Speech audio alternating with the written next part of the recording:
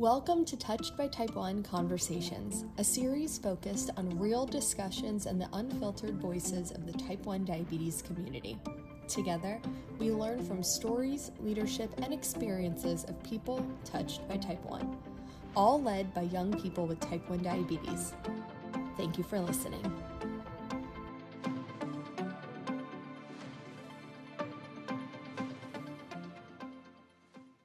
Welcome to Touched by Type 1 Conversations, where we ask real questions and hear real stories about life with Type 1 diabetes.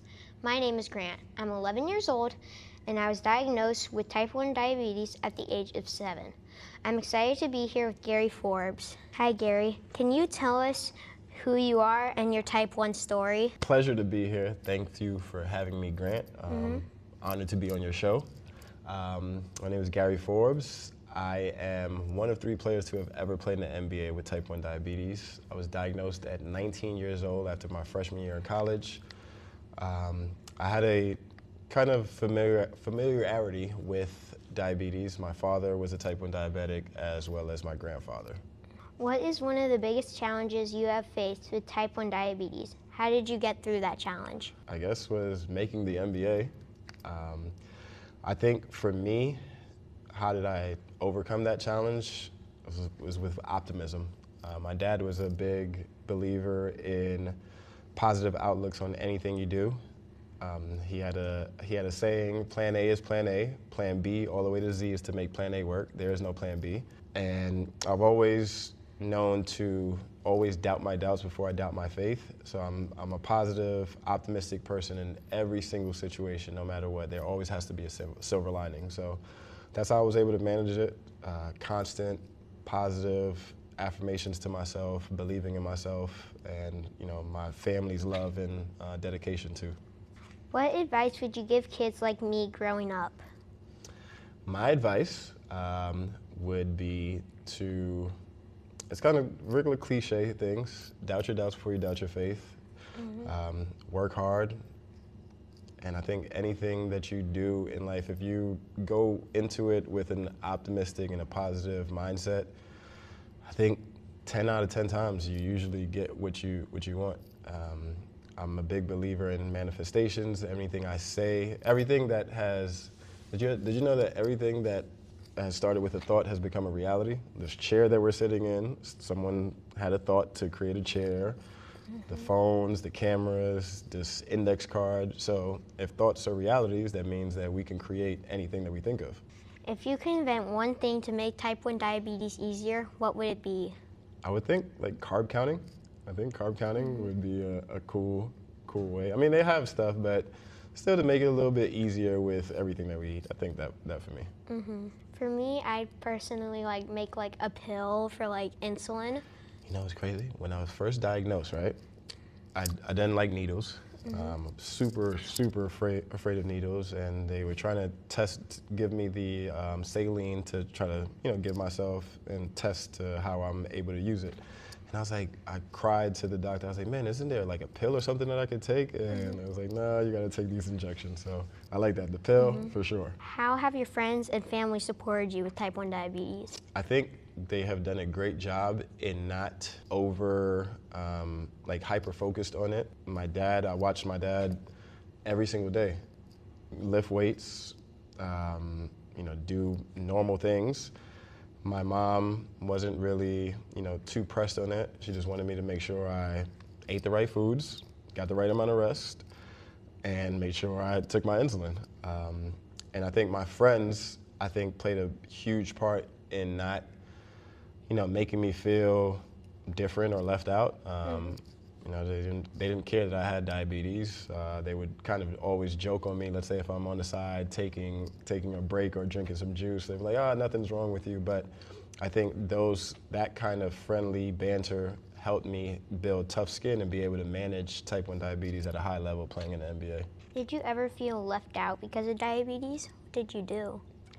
I did feel left out.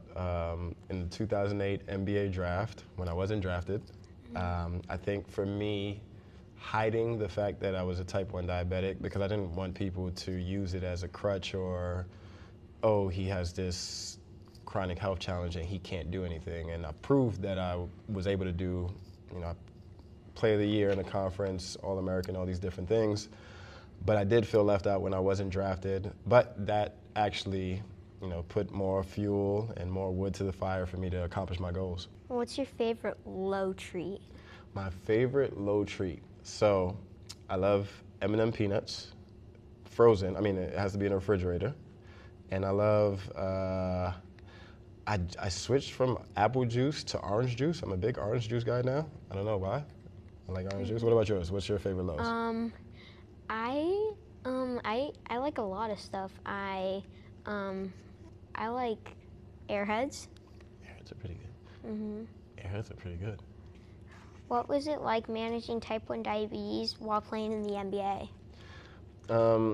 For me, I didn't really see a challenge with managing type 1 diabetes. I had great staff with the Denver Nuggets, Toronto Raptors, Brooklyn Nets, Houston Rockets, all these different teams, even back to my college days. They did a really great job of making sure that I had everything that I needed, that I was safe, that I did all the the proper preventative things, testing my blood sugar before practice, in the middle of practice, or after games. So I had a great support system around me, along with friends and family, and it worked out. Do you have a favorite moment on the court that showed you diabetes wouldn't hold you back? Probably my first time playing at the Staples Center against Kobe Bryant. I remember checking in, walking past Jack Nicholson, who you probably don't know. You're probably too young to know who Jack Nicholson is. Great actor. But you know who Kobe Bryant is. Mm-hmm. So I walked in and I checked in playing against, one of my idols, heroes, like one of the greatest players who have ever played the game. And walking onto that court and all the lights and standing next to him, I felt normal, just like everyone else. Diabetes didn't hold me back. Diabetes didn't have a hold on my career or my life, and I was able to do what I loved. What advice would you give kids who dream big in sports but are worried about their diabetes? So, I've done it. I'm a living testament that if I can do it, you can too. I always tell every kid that, let's say if I'm doing a basketball camp or coaching, everyone has a 100% chance of making it to wherever they want to get to. But let's say tomorrow we have practice and you don't come to practice. Now goes to 98. And let's say the next day you have a bad attitude at practice. It goes to 96, 94. And all those, add up, all those things add up. And when you're at the moment, let's say at a tryout or a big game, and you're facing you're facing someone at the same level as you, the reason why he will probably win or do better than you because the days that you took off or the days that you didn't put in 100%. So I'm a big believer in hard work beats talent when talent doesn't work hard. So I'm always diligently working hard in everything that I do.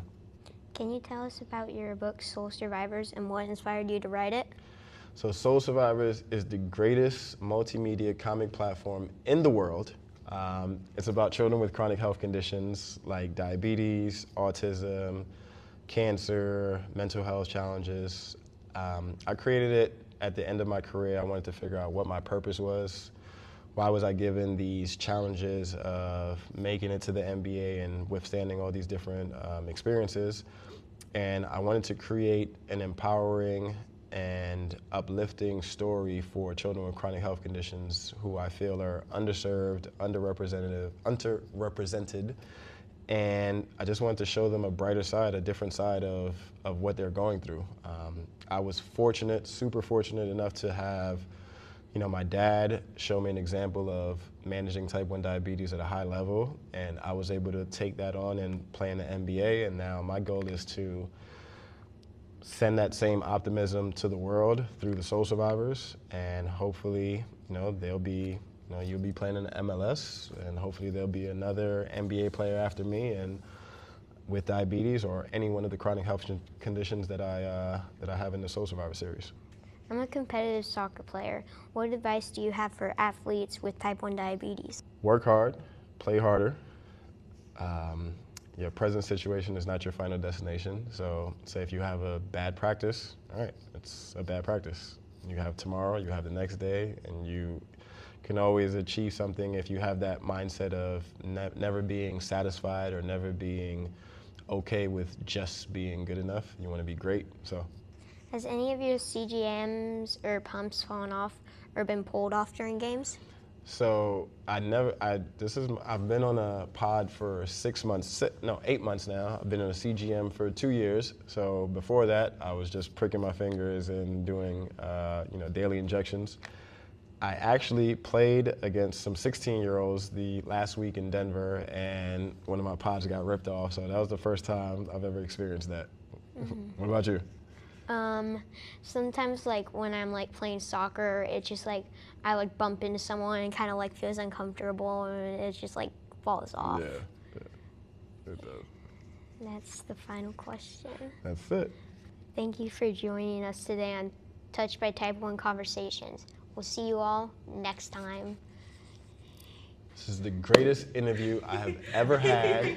I've been interviewed by everyone. This is the best one ever, okay? Appreciate you.